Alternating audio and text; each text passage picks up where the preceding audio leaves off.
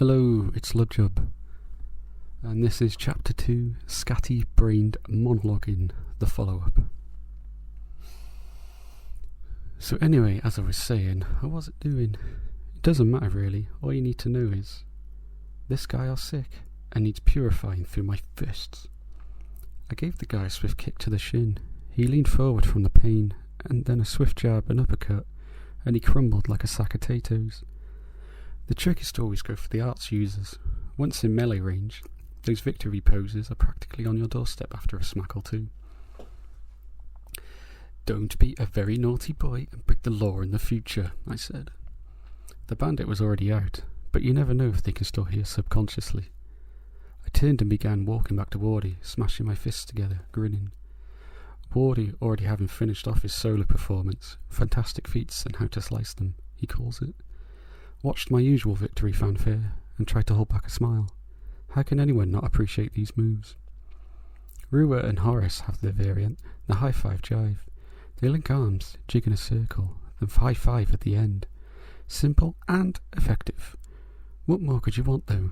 Rua absolutely hates it, and her face always says, "Kill me now."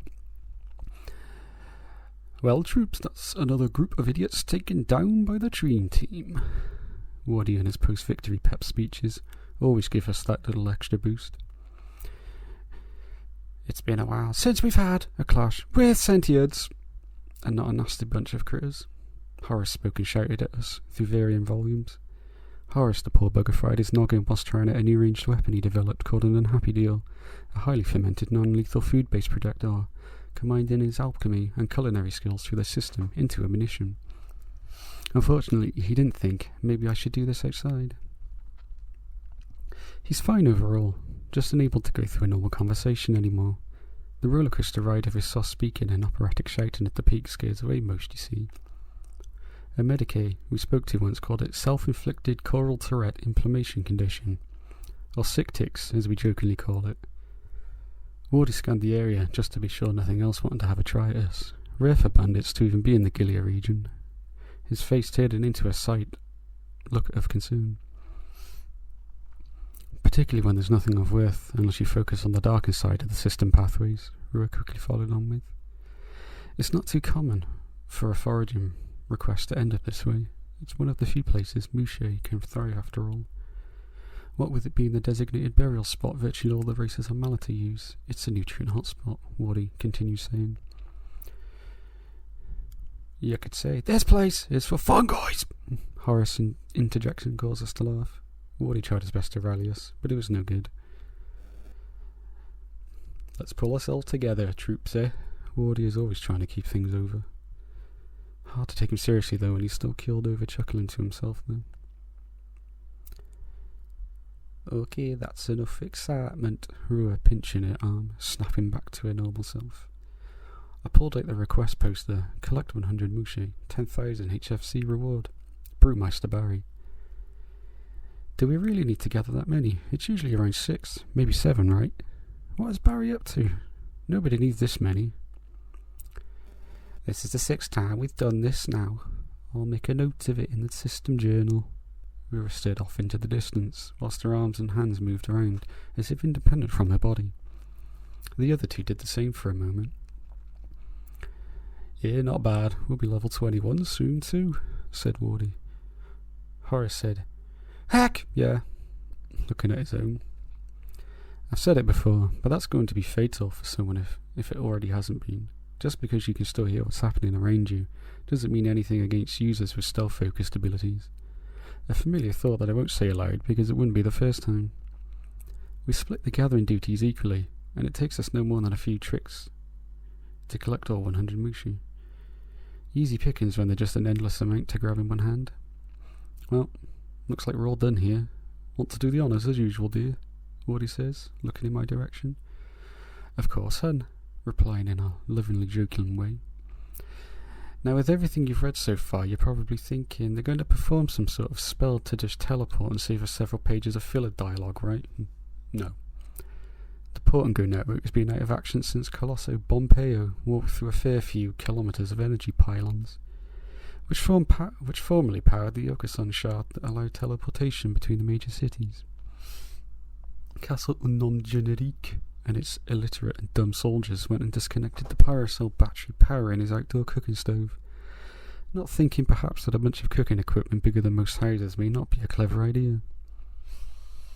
Protesting angrily that I'm told could be heard from Castle Schloss, 77 kilometres or so apart. Touch my stove again, and I'll chin you and your mum, King Blow. I know I said the Colossi can end us, but don't. It's usually because nobody does anything to cause them upset in the first place.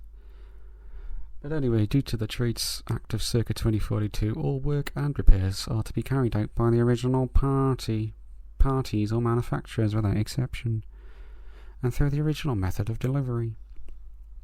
Due to budget constraints, Okusan Inc. couldn't afford professional electricians who would have dug the cable underground. Instead, they used interns from legal and race relations departments to connect the network, who connected the entire thing above ground, open to the elements, villains, and upset Colossi, of course, out of action since 2046. Okay, I'm sorry about that. This next one will be cool though. I pull out a slingshot from my carry bag. This isn't just a slingshot though, this is a GNS slingshot. An enchanted slingshot that grows to fit more humanized-sized bullets, or passengers in our case. It's a much more fun way to traverse the new land. The slingshot embeds itself into the ground, and Wardy gets into position first, followed by Horace and then Rua. I get into my position next to Wardy, and the sling begins to draw on itself back. Once it's locked onto the target destination, a voice from the device tells us to say the release command when ready. "Don't you play it," Rua barked at the three of us angrily. Me especially so. Rules are rules, you can't stop a power like this. And I say, ready? The device counts down. 10, 9, 8, nodding to Horace and Wardy. Without further ado, GNS would like to welcome you on board with some in-flight entertainment. Sing along if you know the words. I actually did not say in a nasally voice, but oops.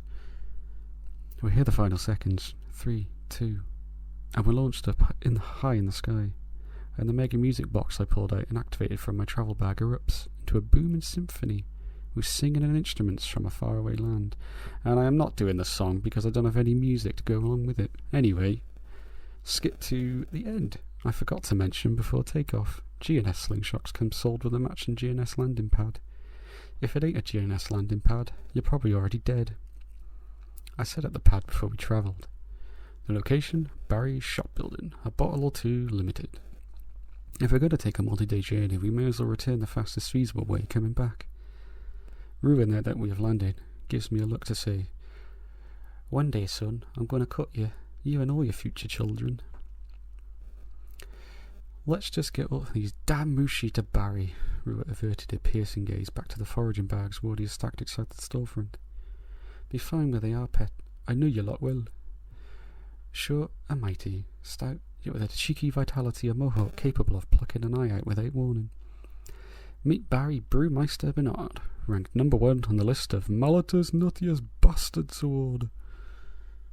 Baroness Araya of Cock Manor decided it was her right to expand the manor's reach into the neighbouring lands, but trying to force that on Hawkstown, well, let's just say Barry took it upon himself to make a point by turning into a biological wrecking ball. The smell beforehand was bad enough, farm-like with a hint of cheese that had been grown between one's toes, but you'd think he would have tried cleaning the bottles out after he finished with his solo rampage. The shop stank for days, and he did too.